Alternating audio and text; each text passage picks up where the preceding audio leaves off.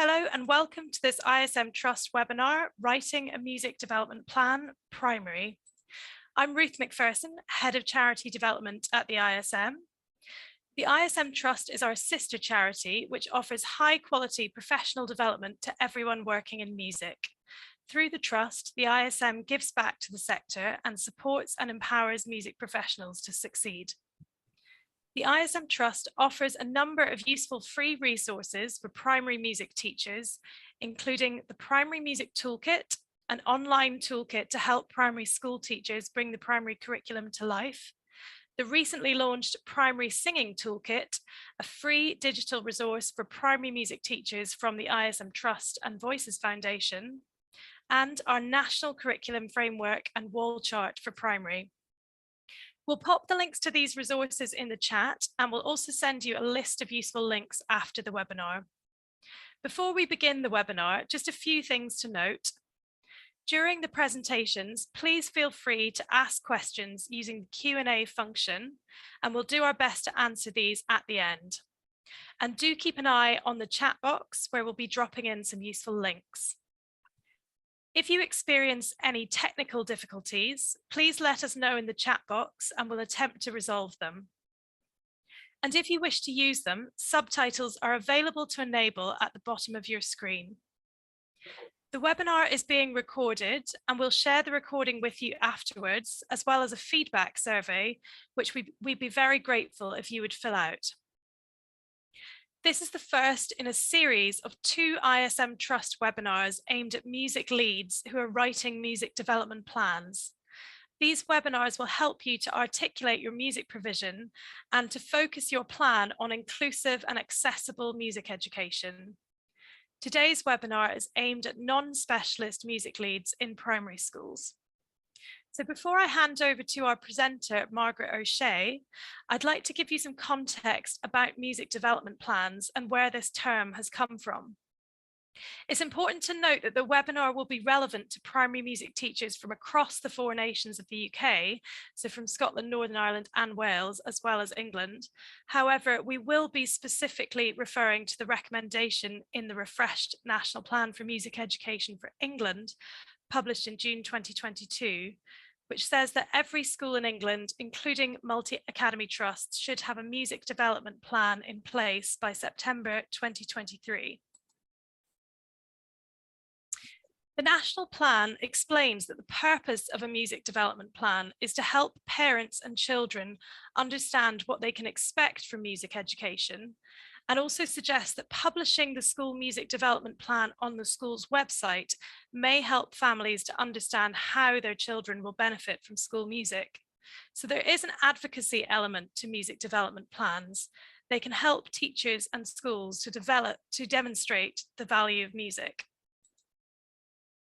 In terms of format of your plan, the national plan is not prescriptive about what a music development plan should look like. It just says that schools should produce their music development plan in a form that works for them. And it's also important to highlight that music development plans are non-statutory, so there is no legal requirement to produce one. However, it is encouraged by the Department for Education. In terms of your timeline, the plan recommends that schools have their music development plan in place in time for the beginning of the 2023-2024 academic year, so by September 2023.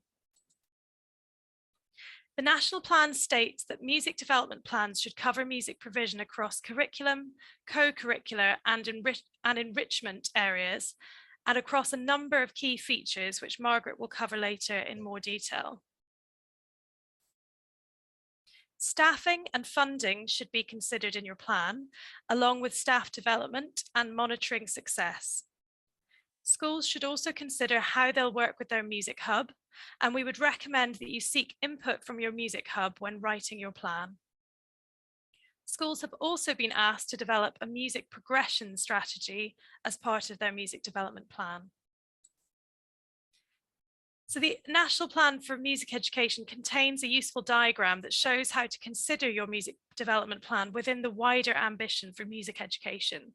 And you can see in the diagram that at the heart of all music education planning should be children and young people, and that the school music development plan should sit within the academy trust plan if relevant, and then that should sit within the regional or hub plan, and finally the national plan for music education. So without further ado, I'm very pleased to hand over to our presenter, Margaret O'Shea. Margaret is an ISM member and the Director of Music for Ark Schools. She's an experienced music teacher, and having been Director of Music for Ark Schools for 5 years, she now leads on the curriculum and enrichment work across all creative, cultural and sporting faculties. So thank you, and over to you, Margaret. Thanks, Ruth. It feels important to start this evening by anchoring ourselves and recognizing that in this virtual space, there is a really wide range of teachers, practitioners, and with an even wider range of experiences. The role of the non-specialist music lead in primary schools is quite a unique one in that it holds responsibility for a curriculum subject, as well as the culture of a school, enrichment, trips, visits, and often includes managing a wide range of partnerships and visiting teachers. And you'd imagine that with that real breadth of responsibility, music leads or coordinators would be highly specialist and they'd have lots of influence and lots of time, but often that's not the case. I know well from my own context, I work largely with non-specialist music leads, music coordinators, that people get appointed into this role in all kinds of ways and for all kinds of reasons. And wherever you sit on that spectrum of interest, of passion, of skill, ability, knowledge, probably what's happened in your own education, will have had an impact on your response to the announcement of the national plan, but also to the introduction of music development plans, music progression strategies, etc. You might be super enthused and really looking forward to getting your teeth stuck into something, or it's very possible that the whole idea fills you with an anxiety and dread, just a sense of not knowing where to turn. I'm hopeful that this evening we'll have some practical tips for you to get you thinking, to get you starting to plan and to undertake this piece of work. It is a big piece of work, and I think I want to recognise that from the start, to say that this is work that takes time. It's not work that will be achievable in one PPA session or even two. It's the kind of thing we want to start now to even start to have in place for September. So before we go any further, let's look at what the plan says. And I think there is so much to be celebrated and inspired by in the national plan for those of us working in schools. Firstly, and helpfully, schools are very much at the heart of this plan and of this approach, and we have a really clear vision to work with. So we want to enable all children and young people to learn to sing, play an instrument and create music together, and to have the opportunity to progress their musical interests, including professionally. There are a couple of words that jump out to me, certainly, in that sentence, in that statement, and I'm sure there are to you too. So for me, there's things like all children is kind of all children and young people, to create, not just to sing and to play, which we've had for some time, but to make sure that creating is really integral to this vision statement. And progression is something that really clearly jumps out to me. But depending on your context and depending on your setting, I'm sure there are other things in there that you'll pick out. Next slide, please. The plan also really helpfully clearly articulates 3 goals: that all children and young people receive high quality music education in the early years, so an important mention for our early years settings and in schools; that all music educators work in partnership with children and young people's needs and interests at their heart; that all children and young people with musical interests and talents have the opportunity to progress, including professionally. And they've offered a clear expectation that we would achieve these goals through a combination of curriculum music, instrumental lessons and ensembles, so that's bands, choirs, drumming circles, rap collectives, DJ collectives, whatever it is you have in your setting, musical events and opportunities. Next slide, please. We've also been asked to think about some of the practical applications implications, excuse me. We're encouraged to develop a broad musical culture, something a lot of us feel really passionate about. It's really explicitly mentioned in this plan. To ensure that pupils have access to the expertise, the instruments, technology, and facilities they need to learn, create, and share. And crucially for us, for those of us in schools, and particularly those of us who are working with head teachers and SLT on this plan, we're also asked to consider how music sits within our school structure, including how we staff it, how we lead it, and how we can be outward looking and working in partnerships with others. Next slide, please.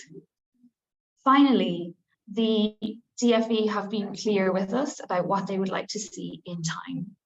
And there are this range of expectations that you see on the slide in front of you. So I'm just going to give you 30 seconds to read that.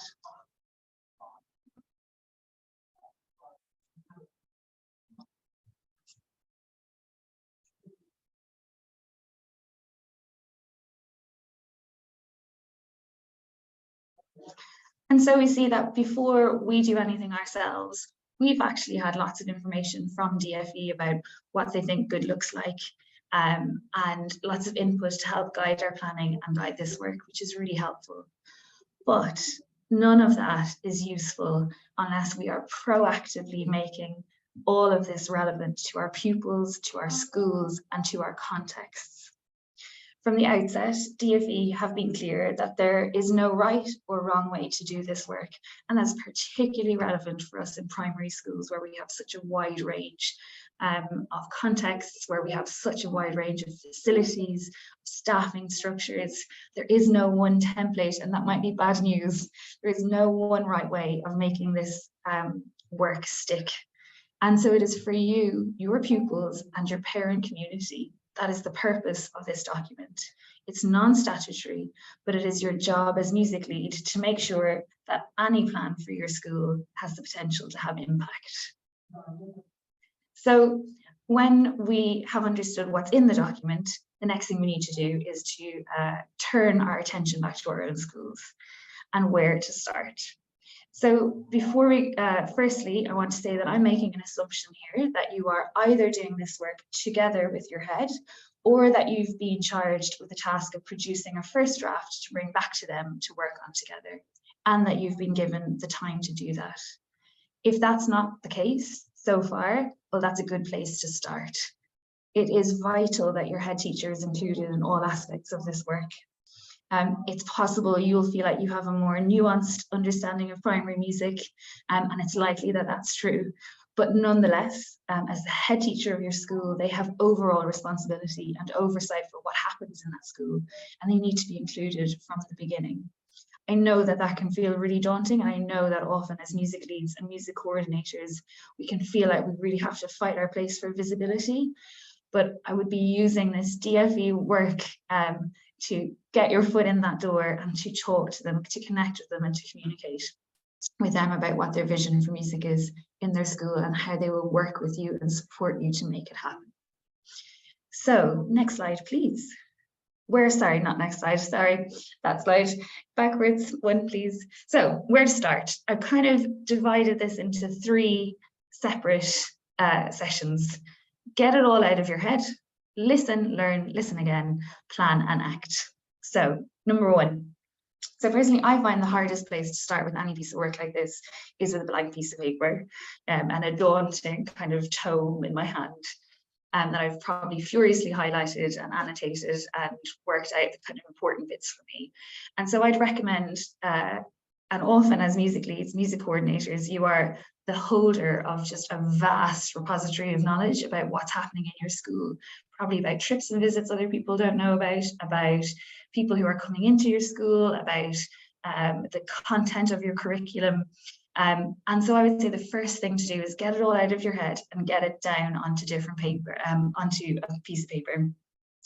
You probably can use any format you like to do this. So you might be a super visual learner, you might need lots of color, you might be a big spider diagram person, you might love a spreadsheet, or you might like to think about individual children and their experience of music on a weekly basis. Every week I get better at the djembe in my lessons, for example. It doesn't matter, but you need to get everything out of your head onto a piece of paper or onto some form of document, so that you're not staring at the blank sheet. It's most likely that you'll be quite surprised at what you've got there, that you'll have more than you thought you had. And maybe that's a good starting place too, is like, gosh, we do a lot. If that's not the case, that's fine too. That's a really helpful starting point to build from. Second thing, listen, learn, and listen again. And of course, this just isn't something that you need or should be doing alone. And so I would say that once you've got everything out of your own head, it's time to start listening and learning. Talk to your colleagues, talk to your pupils and their adults. And again, from the very beginning, talk to your head.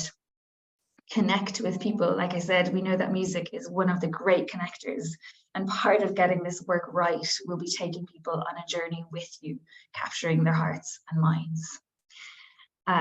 Next slide, please.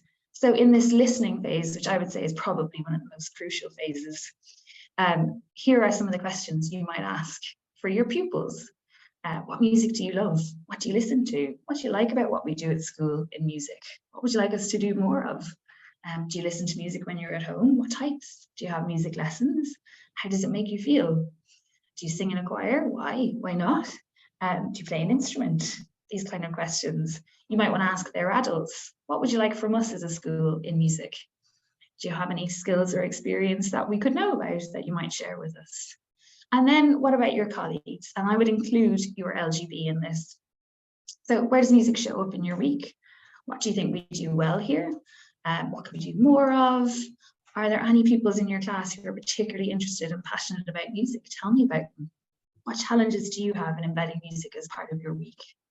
And as I say, a good time to consult your LGB, particularly if you have got a link governor for music. And maybe as part of your plan, suggesting that you would have that link governor would be a good next step. And finally, your local music hub. What's your primary offer? How can you help us? What can you do for us?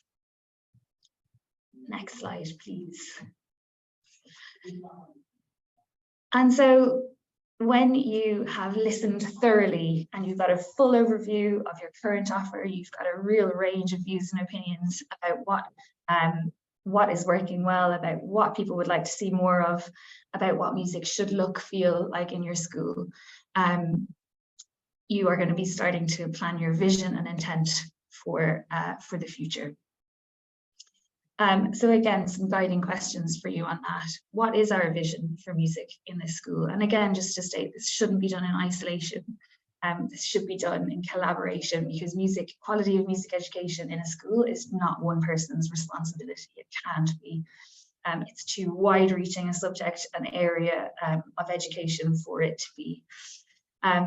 What do we think is an entitlement of every child who comes to this school? And I would encourage you to use the word entitlement. That's certainly something that we do in our context. What do our pupils, their adults, and our staff want from music?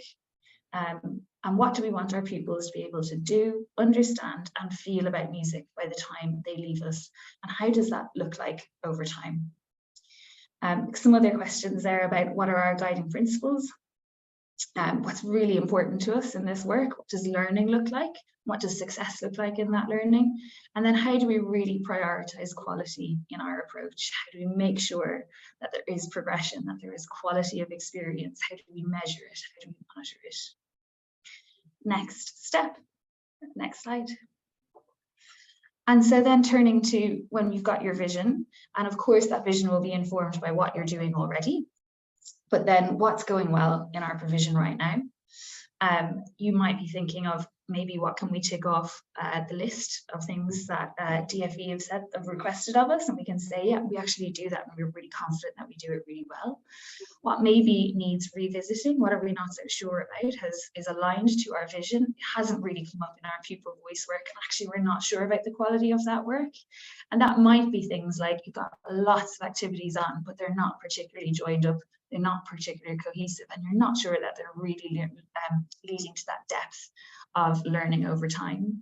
And then maybe you might say, what are the glaring omissions from the list that we really should get on with making happen? Because again, we agree that those things are important for us. That might be we don't have a choir, and actually we agree that that's of fundamental importance, so we're really going to prioritize that. It might be that we don't have any consistent curriculum time on a weekly basis, and so next year the one thing that we do is that we will focus on finding curriculum time for music and resourcing that appropriately. And just on this step, on the reflect step, there are so many resources available to help. We've already mentioned the ISM's fantastic materials that they have available to support this, but you're deepening your knowledge of progression and of quality. And of course, the Music Teachers Association and Music Mark also have a fantastic reflection tool to help you audit where you're at and see kind of what next steps might look in a really practical way. Next step, please. And then the really important part is the planning. And this is where your kind of accountability and you're really going to hold yourselves to account about making progress over the next, I would say, 5, 3, 2, 1 years. So how do we bring our vision, which is probably full of heart, which is probably full of lots of real, like really audacious goals, and how do we, our current provision or the provision that we are able to deliver, how do we bring them into close alignment? And who can help us with that, really crucially? So can our local music hub help us and support us? And if not, who else might be able to? So just for, to be really clear, your local music hub are people in your region, in your area, who have a great responsibility to support music education in your locality. They are a wonderful group of people who know so much about music education, who work across a really wide range of schools, and I have absolutely no doubt that they will have something, they will have some way of being able to support you as you take the next steps in your journey around this planning and this plan of growth for the future. So do, if you don't know who they are, you should be able to find that on your local borough's website, or your head teacher should have details of who your music hub is. So do get in touch with them.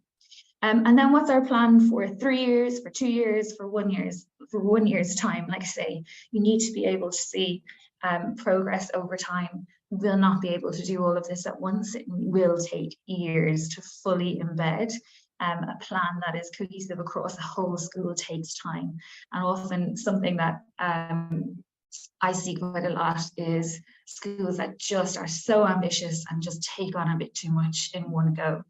I definitely was guilty of that myself.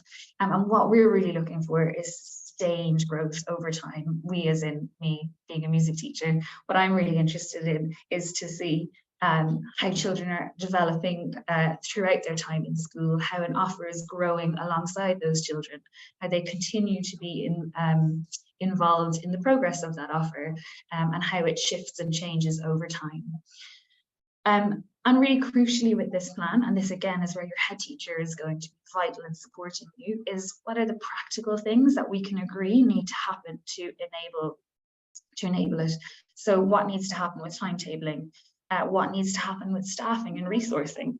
It's around this time of the year that your head will be agreeing budgets. It's around this time of the year that we're starting to think about staffing, if not having already wrapped up. And this is the time, therefore, to be having these really practical conversations with them. It's too late to go late in the summer term and make a big ask around timetable, around financial commitment, so on and so forth. Now is the time that you need to be having those conversations with them. And they will really be grateful for that. They will be so grateful to be given time, and I guess to be given time over a number of years, so that that's a discussion and dialogue that you're having with them. To say, even if we can't do this now, by September 2024, here's where we're going to be, and this is what our provision will look like here out, and the same in September 2025. And of course, is there anywhere we can go to get some support? And then something that schools are really good at. So schools are data-rich environments, probably some of the most data-rich environments you'll come across. And certainly when I work with colleagues from kind of other sectors, I just can't believe the amount of data that there is in schools and how much we know about lots of different things. And that's where music teachers and teachers in general are really good at getting creative. It's up to you to kind of design processes that are musical and that support you to evaluate your impact. I think that there's very few head teachers around who are really committed to the old school levels, models in music or grades, but you need to work with them and guide them, or maybe your assessment lead, or maybe a governor that you have who can work with you to identify what success looks like. In my context, we use a lot of qualitative data. So we talk to our children a lot about what they're loving, about what they can do, about what they remember, about what they know, about what they feel about music, about how they understand it. We don't have any books. We're not that interested in assessing, say, kind of in a test environment. But we have found a way that works for us, that we know, we work with our teachers a lot, that we're pretty confident that our approach is working, that it's having the impact that it should have. And when it's not, we're able to spot that and address that pretty quickly. So again, what reporting systems should you put in place? Is this the time to say, I would love every child to have something about music in their end of year report that goes home with them, etc., etc. How do we ensure that everyone, and this is a really key one, remains committed and bought into this vision, regardless of when they join our school or what role they have? Again, music is not one person's responsibility in a school. It just can't be. And musical schools are schools that are alive with music in the corridors, in the classrooms, and kind of throughout the school day.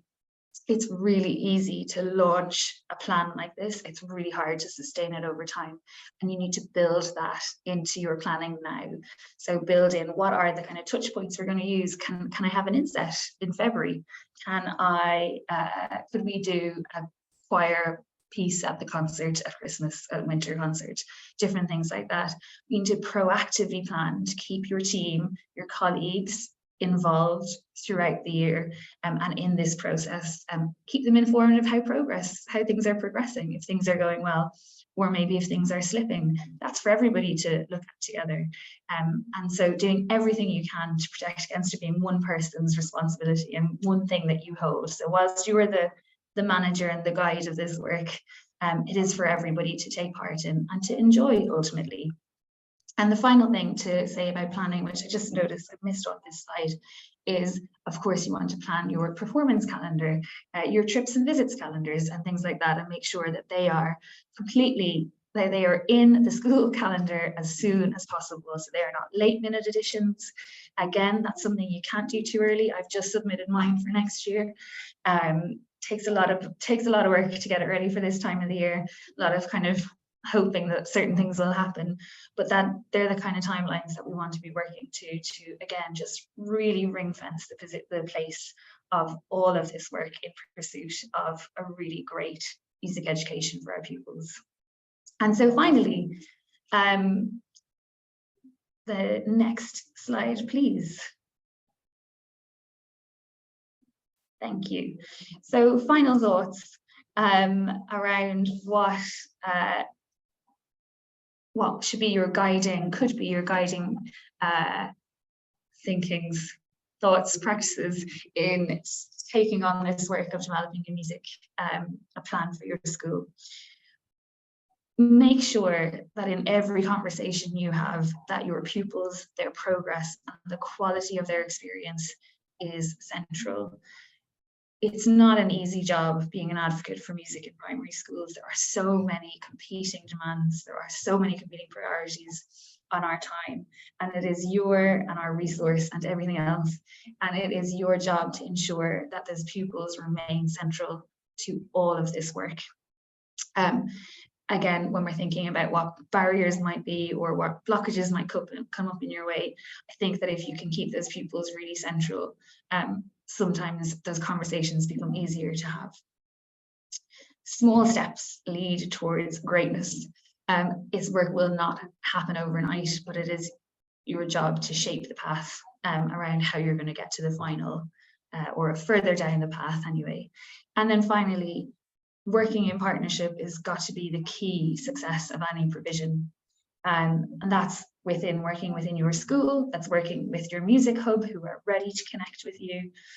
And also there are lots, we're so fortunate in music that there are so many charities, so many organizations who are really keen to work with schools, who find it really hard to work with schools actually a lot of the time, for really obvious reasons, like schools struggle with capacity to make things happen. But if you have a particular area of interest or an organization that you really admire and look up to, and you think that they would do really great things in your school, it's really worth reaching out to them and asking them what their education offer is. You never know what's going to happen as a result of that, but more often than not, I think you'd be pleasantly surprised how ready they are to work with you, to support you, and certainly to help you with your provision, which is always nice. And so that's it for me on a kind of whistle-stop tour around this, I guess, this first stage, and maybe a path through the next 6 months or so as you get ready for September with this, with your development plans. But hopefully we have some questions. Ruth. Thank you very much, Margaret. That was a fantastic, as you say, whistle-stop tour through music development planning, and fantastic to have your insight there. And we have had quite a few questions through. So some of them were submitted in advance and some have come through the Q&A and the chat. So we'll try and get through as many as possible, but please do keep posting your questions in the Q&A box and we'll go through those now. So, well, something that's come up kind of in both the chat and the Q&A is funding. And I know this is kind of, you know, we have no control over funding, unfortunately, although the ISM and the other subject associations are doing lots to advocate for music in schools and for further funding for music education. But I think, you know, it's difficult for us to respond to that one in this context. However, you know, do have a look at the campaigning work that the ISM has been doing on that. But in terms of managing a school music department and creating your music development plan when you have limited funding, have you got any advice on that or anything that people should be thinking about? Absolutely. So I think that there's so much, and a very, very large part of my job is fundraising, because statutory funding is simply just not sufficient to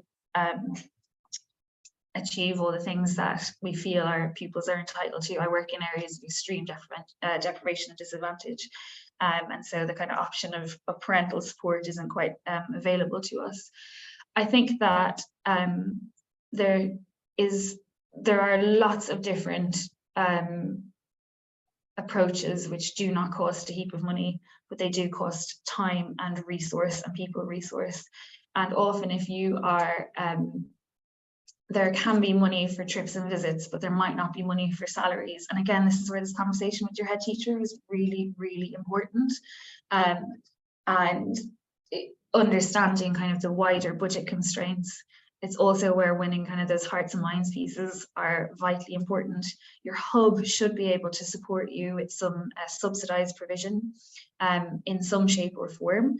And also there are inexpensive options for doing lots of things. Again, it just takes time to find them. And that's part of the job of the coordinator, is to kind of problem solve around that. I'm sure that we can, there are certainly all of the ISM materials are freely available. But I guess the main thing is to talk to your head teacher. You've got to be working together on it, and get them talking to your governing body. There are, you know, as I say, there are charities who will support maybe some project work. It's not ideal in terms of longitudinal impact necessarily, but it could be something to get you going. But as I say, unfortunately, quite a large part of my job is fundraising.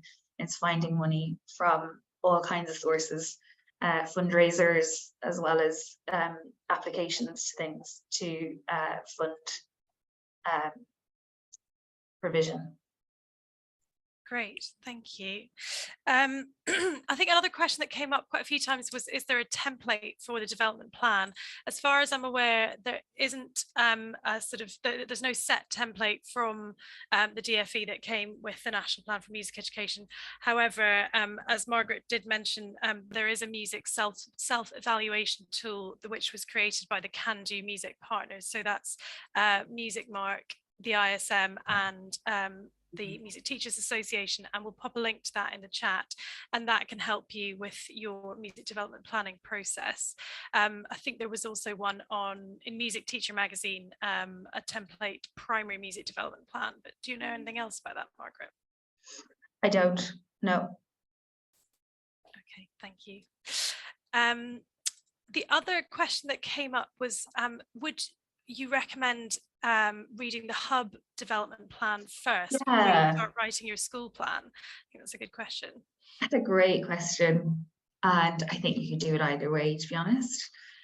My I guess where I'm coming from is that I don't quite have time to wait for some of them to come out at this point because of budget setting cycles, objective setting cycles, and staffing in schools is happening, as say now.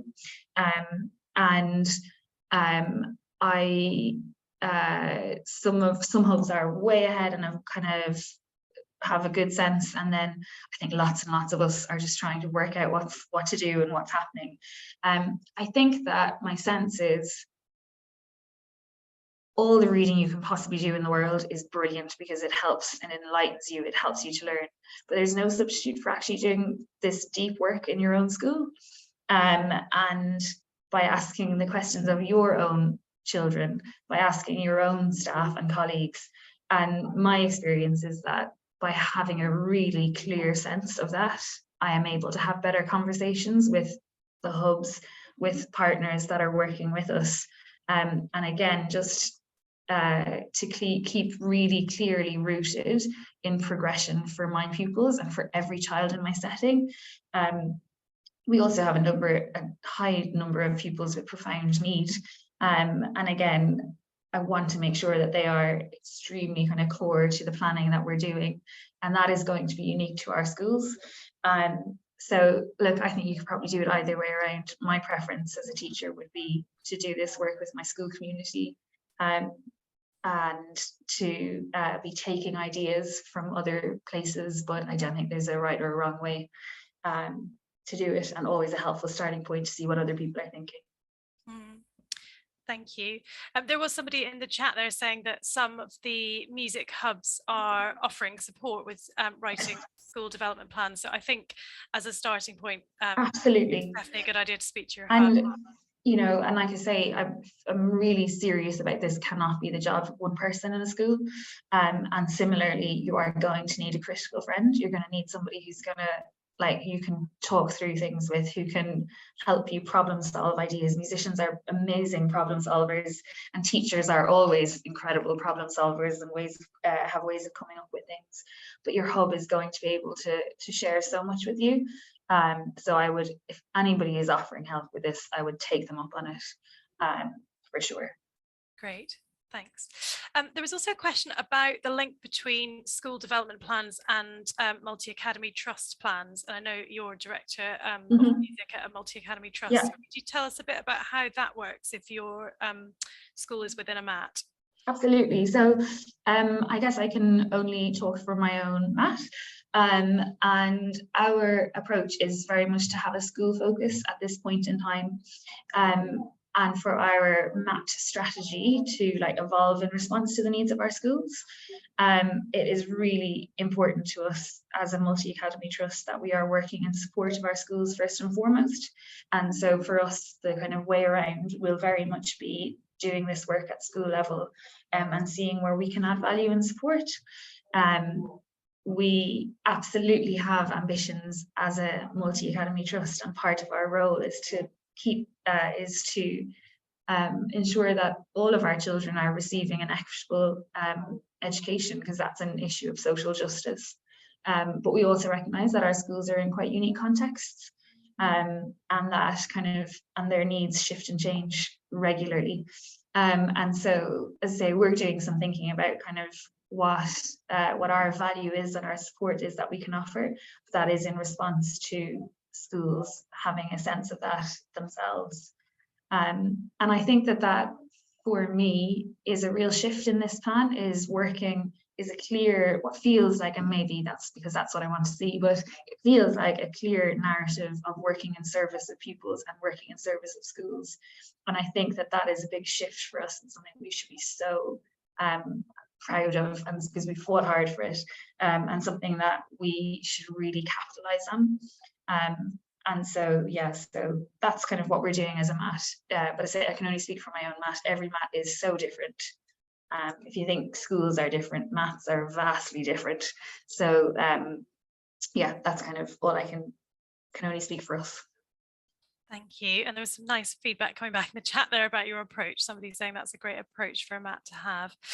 And I think you're right about the sort of more school focused approach of this national plan for England. It definitely feels more school focused and more focused on the children and young people who, as we said, from that diagram, are at the heart of all of this. There's been a couple more questions on funding. Somebody asked, can you give examples of organisations you've applied to for grant funding? And Yeah. Sue Bishop also sort of just to develop on that, talked about charities and asked if there are any charities you'd suggest that schools can approach to help with funding for equipment, for example. Yeah, so a lot of this is going to be and will probably have most impact if you know your local area. And localized funding tends to be, I think, for school fundraising tends to be some of the highest impact and highest success rate funding. So that could be through local business or through local charities, through your Rotary Club, through your Lions Club, through lots of things in your local area. If you're a church school, again, of course, that's an avenue for you to access. For us, we have been successful with the wonderful Restore the Music, who have been fantastic support for us in a couple of our schools. Paul Hamlin Foundation, John Lyons Foundation, so some of the bigger ones, but I think at school level it has been all about localized funding. So it has been about taking time to kind of have a look at who's around in your local area, who, if you're in Croydon, is only going to fund people in Croydon. It might be if you're in an opportunity area, having a look at some of the funding that is for that, that are around, kind of is available to you, or I'd say it might be some local business people who might be interested in what you're doing, or maybe you could, again, what we have, which works quite well in quite a few of our schools now, is local sponsorship of scholarship or scholars, and for us that is maybe a place in a choir, or it might be piano lessons, or it might be an instrument. Often have like we do instrument amnesties in lots of our schools, particularly in our primary schools actually, where children have grown out of instruments and they're sitting at home, and we try and get them back from the local area and community into our schools. We work in partnership with local libraries to do fundraising, again, great community hubs who can do various things for you. And I guess it's also looking at, if people can't give you money, what might they be able to give? So you can often get tickets, or you could get, there's lots of different things, but I would say in the first instance for school, it's looking at who's in your community, rather than going to kind of the big national foundations who would often be looking for quite a lot of reporting, which can be quite crippling for a school, for a standalone school, or who might be looking for you to work in partnership with a whole heap of other schools. If you're in a position to do that, by all means, please do, and I've no problem with anybody getting in touch with me if that's something that's of interest. But I would say local fundraising for standalone schools is probably the most useful for you. Great, thank you. There was a question that came through before the webinar about... Yeah, sorry, HR Taylor Trust is a great one. I've just seen in the chat. Yeah. Yeah, thank you for putting that in the chat. So there was a question that came through before the webinar about how people can tie their development plan in with what Ofsted is looking for. Have you got any thoughts on that? Absolutely. Ofsted are, I think, looking for evidence of all of the same things that this DFE is looking for. They're looking for clear rationale behind what you're doing. and they're looking for you to be doing the things that you're saying that you're doing. And ultimately, that's exactly the same as what this plan is. The whole purpose of it is, and what I'm trying to kind of say at the very outset is, there is absolutely no point in having a plan on a website that is a policy that has no connection to what's happening in school. And think that if you can show ambition, you can show quality, you can show this progression piece is really important for Ofsted, so that you can show that what our year 2s are doing is not the same as what our year 5s are doing, because they've had consistent learning throughout. That doesn't mean that they are writing symphonies in year 5, or they're doing dictations. Progress looks like lots of different things, and that's fine. What you need to be able to do is articulate what that progress looks like, and how their depth of understanding has broadened out, has increased over the intervening period. But I think that if these two are absolutely should be working in support of each other. And I also think that one of the things Ofsted are looking for is consistency across school bodies. So again, this idea of that a music lead, or in any subject, but say in this instance, a music lead wouldn't necessarily just be the entire repository of information, that there is a shared vision, intent, and understanding around implementation across the school body. Is very high on Ofsted's list from what I can tell at the moment. And pupils being able to articulate that as well. So again, why it's so important that we're starting with the qualitative and starting with listening and learning is because they're going to be really looking at what pupils are saying about their learning. Are they enjoying it? Is it relevant to them? Is it interesting? Does it stretch them? What do they know? What do they remember? What can they do? And all of that should find a home in your development plan. You should not be finding yourself needing two different things. I would say, and certainly I would hope that nobody in the schools that I'm working with is feeling that that's something they would need to be producing. Great, thank you. There were quite a few questions before the webinar as well about the format of a music development plan, and we've talked a little bit about that self-evaluation tool that you can look at. Have you got any other thoughts on sort of what format a development plan should take, or kind of what sections should be included, for your schools within Ark, for example? What kind of format are you looking at? So we, again, I think one of the real strengths, and I recognize it's really difficult as well, is that there hasn't been a prescribed format. And the way that I choose to look at that is that there is freedom to have a format that meets the needs of your school. So for us, what we're doing is breaking down the kind of constituent parts. And so first of all, looking at our pupils, looking at our pupil body, the needs of our pupils, I say listening and learning, and then we're looking at the constituent parts of vocal learning, of instrumental learning. This is in primary. Technology. We have creative work as a thread throughout everything, so we don't have it actually as a standalone, because for us it's absolutely a core component of our approach. So that would be kind of one of our guiding principles. Resourcing and having everything on one page as much as possible. So having kind of our intent and our guiding principles, and then having the implementation of that sitting underneath it. I feel like I'm not describing it very clearly, but we have taken, I guess, quite a, chosen to break it down. And part of that is, again, for our non-specialists, music leads, is we've just found that actually just being able to be quite to break things down quite clearly is really helpful for them. So yeah. Great, thank you. There are a few comments in the chat about the fact that the music development plan is non-statutory, so I think important just to reiterate again that it's non-statutory. And yeah, as you said, kind of, even though there are different ideas about how it should be formatted, there's no kind of one size fits all approach with this. There was a question beforehand about, is there a statutory requirement to assess primary music against what levels, in what areas, how often, and for what audience? So obviously this is non-statutory, and the national plan is non-statutory. But any thoughts on that? I mean, there isn't. Is the question, is there statutory assessment? Is there a statutory requirement to assess primary music? Yeah. No. Okay. There isn't. So there was another question about moderating with other schools. So somebody said we find it very useful to cross-reference our judgments on standards. Any thoughts on working with other schools on music development? absolutely. So I think that is, again, a vital piece of this work and you will find that through your hub. You should find a primary leads network. And I imagine that those networks, certainly the ones that we work with, are very focused on this right now. But being able to reference against and with schools who are both in similar contexts and in different contexts actually is really important and really useful for you.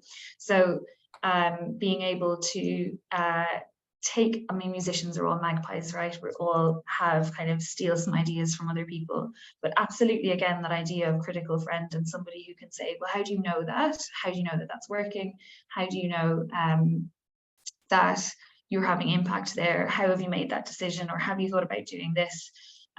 Etc., etc. I think can only but be a good thing. You don't have to do anything with what they say. You know, you might think, actually, I've thought about it, I've reflected on it, and I don't agree, or I think actually we should do this. But more likely you're going to have had some good food for thought, which can only be but a good thing, especially when you're the only music specialist in a school. I think, and as I said at the very outset, it's such a unique role. Non-specialist music lead in a school is a really unique role. There's been some discussion in the chat about the minimum recommendation of an hour of curriculum music, which is you know, from the ISM point of view, it's been great to see that has been outlined in the national plan. Somebody was asking, how do we enforce this hour? Many other subject leads are demanding the same for their subject. How do we kind of advocate for music to make sure that that's happening? Absolutely. So it's really, really difficult, especially if you are on a short school day, to fit everything in, isn't it? And I think that this is where you need to be really clear about what time is spent and where, and how that's spent, and the value of that time. There are so many different ways of doing it. Some schools I know take a little and often approach, so they would build their hour over the week. So they would have maybe 10 minutes every day to build up to 50 minutes over the course of the week. Other schools I know do an hour in one go, others do 2 half-hour slots. Again, that's a conversation that you need to have with your head teacher, and it's something that you might need to build up to over time. We are in a place now where we have an hour of music a week, but it has taken us time to get there, and it has taken an appetite. It has taken time to show the value of that, to show what's possible in an hour, and to, as you said, to really advocate for the place, for that, for that space in the timetable, because there are so many competing priorities. It has often meant there are times so we've kind of had to step back and say, okay, fair enough, right now we haven't got the time, we've got to do other things. But we are pretty consistently able to find it. We often have a longer school day, so that is very helpful for us, and gives us great flexibility in what we can do, but still it's a challenge. So I think it's something to work with your head teacher on. Ultimately, there isn't a way to enforce something that is non-statutory, and so it's got to be that kind of goodwill. It's got to be the kind of proof of concept, proof of impact, and appetite pieces that are going to win the day on that one. But you can do it. You can get there, and it is possible with some good planning and time management. Absolutely. And I think, you know, as I said in the introduction, I think one of the great things about the fact that music development planning has been included in the national plan is that it can help with advocacy. You know, posting your music development plan on your school website, sharing it with parents and other teachers, with your head teacher, with your governors, can really help you to advocate for more music in your school. And there's no stipulation about what that hour looks like, you know, and that's, I think, to be creative around that is really vital around what constitutes music making in your school and musical learning. And every single time you have a group of children together, making sure that that's purposeful time is really important. And just on that, somebody asked about whether the plan extends outside schools into places like private music centres, and kind of just about the extracurricular element of the music development planning process, and also asked, is there financial support in place for children with talents who want to improve their musical abilities but can't afford lesson fees, especially outside of school? How do you think you should approach that extracurricular element within your music development plan? So I guess there are different types of extracurricular offers, aren't there? There is kind of your core universal sort of entitlement in a school. So what you would deliver in a school, which could be your choir, could be your drumming circle, tech club, anything that maybe takes place before at lunchtime, after school, or maybe you have a ring-fenced period for that in your school week, depending on what your setup is and how you approach enrichment in your school. And then you're right, then there are ways of connecting with private music centres or your local hub. I think how you choose to do that will probably be in response to the setting of your school. But absolutely the writing is clear that lessons and peripatetic input is a really core part of music education, and a well-rounded one. And so having reference to how you would develop that in your school is really important. So having that might be that people are coming into your school, or it might be, as you say, that maybe they're going somewhere on Saturday mornings. I would also say that a really core part of any planning in any school setting is going to be thinking about how you target your most vulnerable children.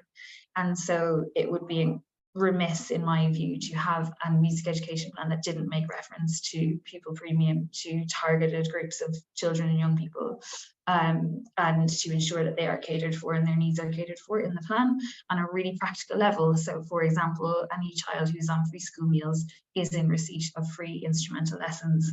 Again, in a way that's manageable to your school. If you're a one-form entry primary school, there's a limit to what you can do, but you absolutely have got to have them catered for. And maybe part of that is that you are reaching out and making connections to your hub, but for sure there needs to be clarity of targeted support for those who would not be able to access it otherwise.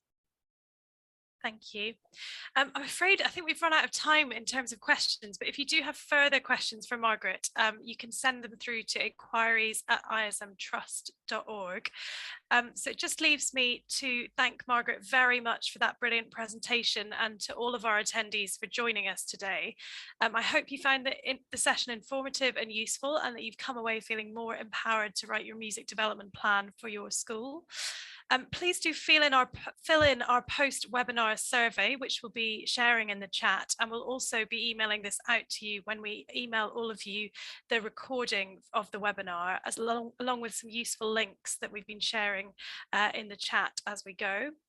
It's really important that you give us your feedback in the post-webinar survey, as it helps to improve our services. So thank you very much in advance for filling that out. As I said, the recording will be sent to you by email, and it will also be available to watch back on our website for free. We'll also send you those links, and we'll send some information about other upcoming webinars, including the second webinar in this series about writing a music development plan, which is aimed at secondary and all through schools. So that's taking place this Thursday at the same time, 4 to 5 p.m. with Margaret, and also with Sophie Gray from Birmingham Music Service. So lastly, I'd just like to thank you again very much for watching, to thank Margaret for her fantastic presentation, and we hope to see you at another ISM event soon. Thank you very much. Goodbye.